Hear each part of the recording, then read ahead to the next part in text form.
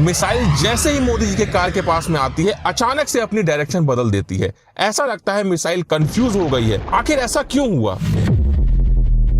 आज मैं 3D animation से दिखाऊंगा एक ऐसा खतरनाक सिक्योरिटी कंपैरिजन जिसमें एक तरफ है इंडिया के सबसे अमीर आदमी मुकेश अंबानी और दूसरी तरफ है इंडिया के प्राइम मिनिस्टर नरेंद्र मोदी, जिनकी महीने की सैलरी लगभग 1,60,000 रुपए है। वहीं मुकेश अंबानी 1,60,000 रुपए 4 से 5 सेकंड के अंदर ही कमा लेते हैं।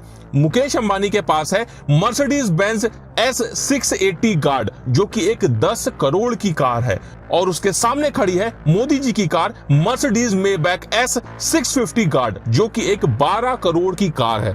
दोनों ही गाड़ियां बुलेट प्रूफ, ब्लास्ट प्रूफ और हाई लेवल के आर्मर्ड प्रोटेक्शन के साथ में आती हैं। ये गाड़ियां कितनी सेफ हैं, इसकी टेस्टिंग करने के लिए हमारे पास 3 वेपन है। सबसे पहले AK-47, उसके बाद में एक RPG लॉन्चर और तीसरा सबसे खतरनाक FGM-148 जेवलिन मिसाइल, जो कि बड़े बड़े टैंकों के पर खच्चे उड़ा देती है।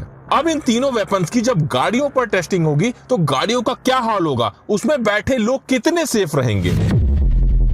टेररिस्ट ने अपना टारगेट सेट किया और उसने AK-47 सबसे पहले मुकेश अंबानी के गाड़ी पर चलाई। गोली जैसे ही कार के कांच से टकराई वो सीधे जमीन पर गिर गई।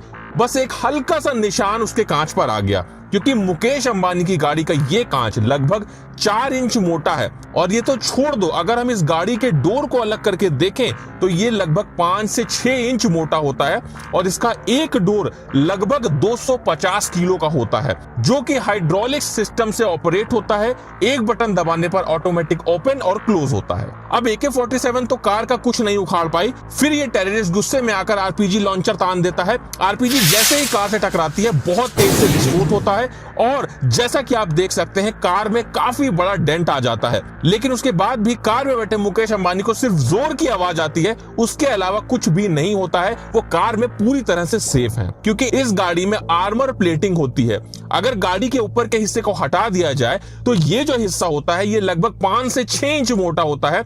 इसमें आर्मर प्लेटिंग होती है जो कि रेनफोर्स्ड स्टील, जो कि हाई क्वालिटी का स्टील होता है, और कंपोजिट मटेरियल जो कि बुलेट प्रूफ जैकेट में इस्तेमाल होता है, इनकी लेयरिंग से बनता है।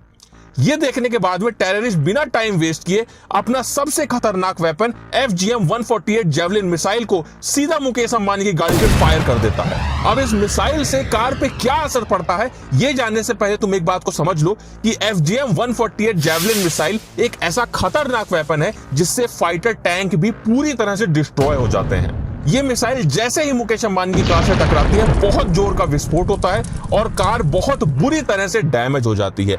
लेकिन अब भी मुकेश अंबानी को कुछ नहीं होगा, क्योंकि कार के अंदर के सारे एयर बैग्स ओपन हो जाते हैं, जिससे इस ब्लास्ट का पूरा इंपैक्ट एयर बैग पर होता है। मुकेश अंबानी पूरी तरह से सेफ रहते हैं। तो क्या लगता है मोदी जी की कार पे इन वेपन्स का क्या असर होगा? जैसे ही टेररिस्ट ने AK-47 मोदी जी के कार पर चलाई, कार को कुछ भी नहीं हुआ।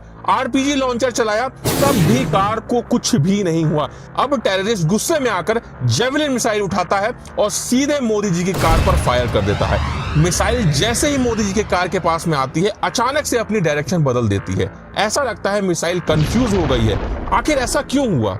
तो मैं आपको बता दूं, मोदी जी की गाड़ियों के साथ में पूरा SPG कॉन्वॉय चलता है, जिसमें ऐसी भी गाड़ियां होती हैं जिसमें बहुत सारे हैवी जैमर्स लगे होते हैं, और ये जो जैमर्स होते हैं ये मिसाइल के सिग्नल को ब्लॉक कर देते हैं, जिस वजह से मिसाइल अपने टारगेट को हिट करने के बजाय अचानक से अपनी डायरेक्शन बदल देती है, जिससे उसका असली टारगेट मिस हो जाता है। और मोदी जी पूरी तरह से सेफ रहते हैं।